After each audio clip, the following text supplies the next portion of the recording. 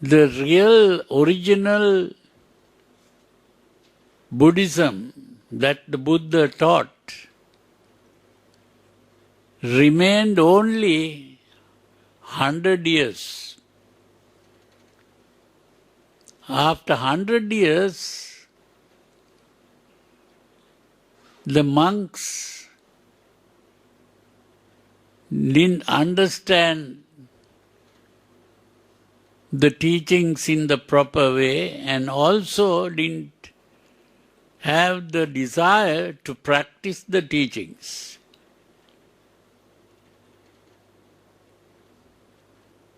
So they wanted to change the Vinaya rules. Vinaya rules are the rules for the monks. They wanted to change the rules. But there are a few senior monks who said, no, we cannot change the Vinaya rules. But they wanted to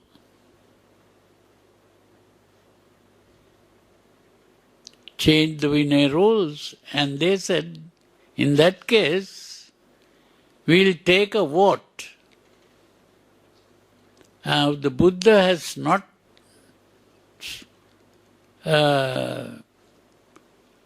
prohibited the monks from taking votes. So the senior monk said, well, if you want to take a vote, you can take a vote.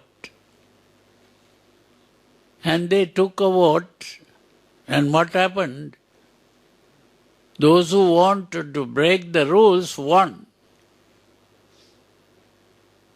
Because there were more people who wanted to change the rules than the people who wanted to maintain the rules.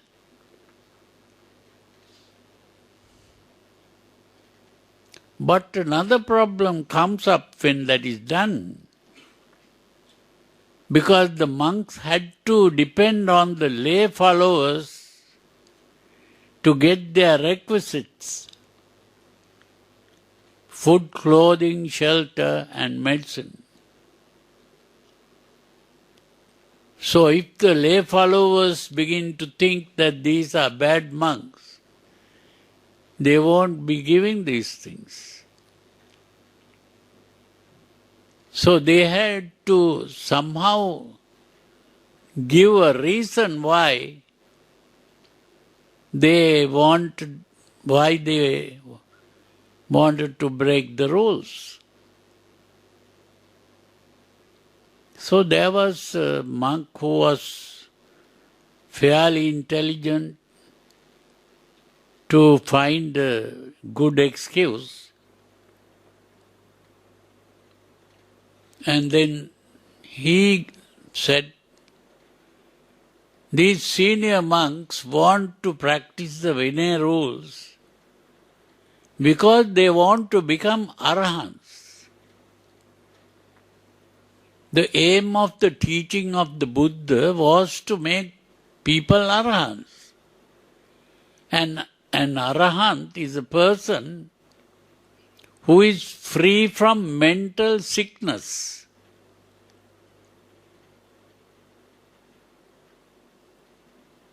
So, if you want to be free of mental sickness, then you have to take the proper medicine. Now, if you go to a hospital and there are patients who are being treated for something, and the patients don't like to take that medicine, and then they take a vote, and the patients who don't want to take the medicine win in the vote, what will happen? And if they stop giving the medicine,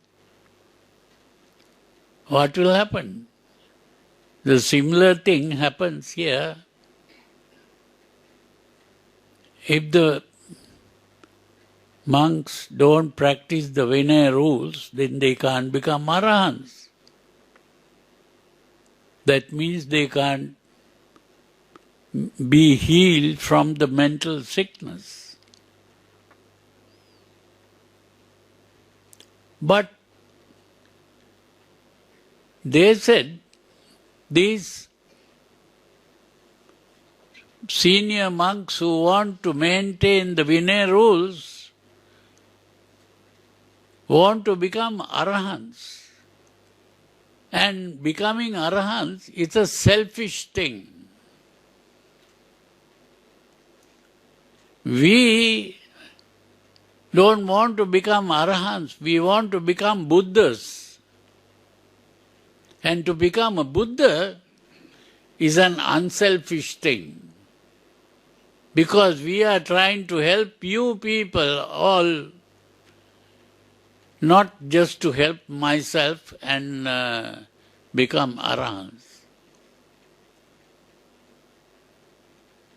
So those people thought, that means they want to become Buddhas, that is good, then we'll support them. You see, they couldn't understand that if these people can't practice the Vinaya rules, how can they practice the more difficult paramitas to become a Buddha?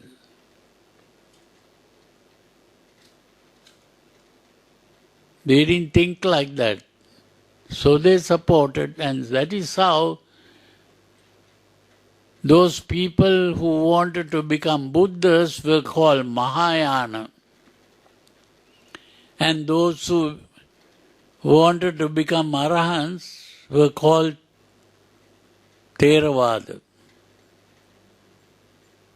So from that time onwards, the teaching of the Buddha gradually got lost.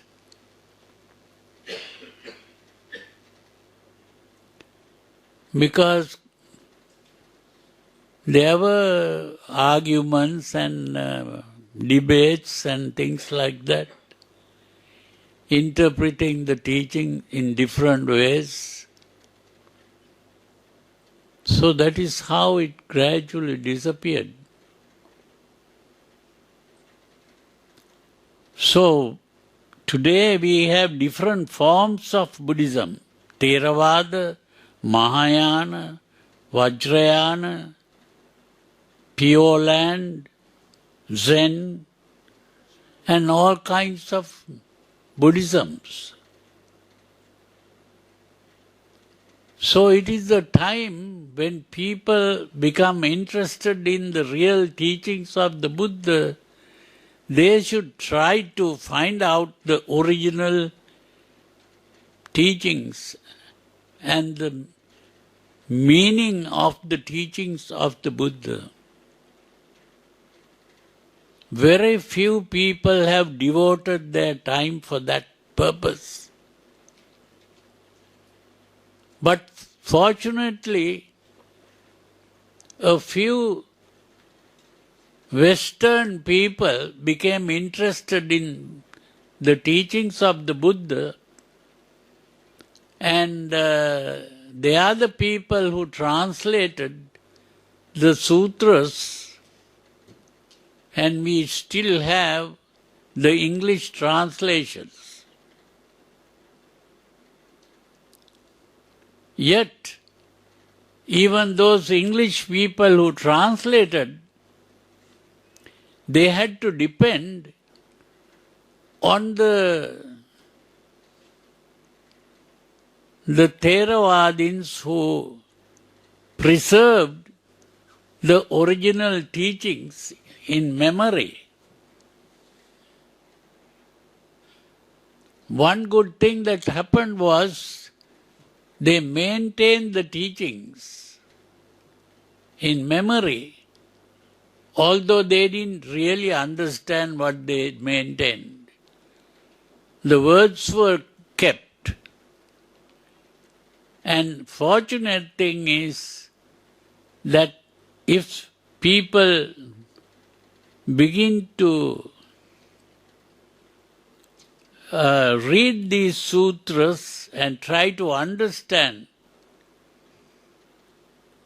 some well-educated, intelligent people who begin to read this can understand to some extent what the Buddha is trying to say. So that is what today the Buddhists should be doing. Now, I am just one of the people who became interested in doing this, and I have been trying to understand, and that is how I have been translating these things in a different way. The different translation means that I have understood the Dhamma in a different way. And I am trying to express that by using different words. Because the words that the English translators have been using doesn't convey the message. So at least some of you who have read or heard about my explanation and who appreciated this, you have come to learn. So that is the meaning of this meditation. If you do the meditation in the proper way, you will be able to somehow gain some understanding.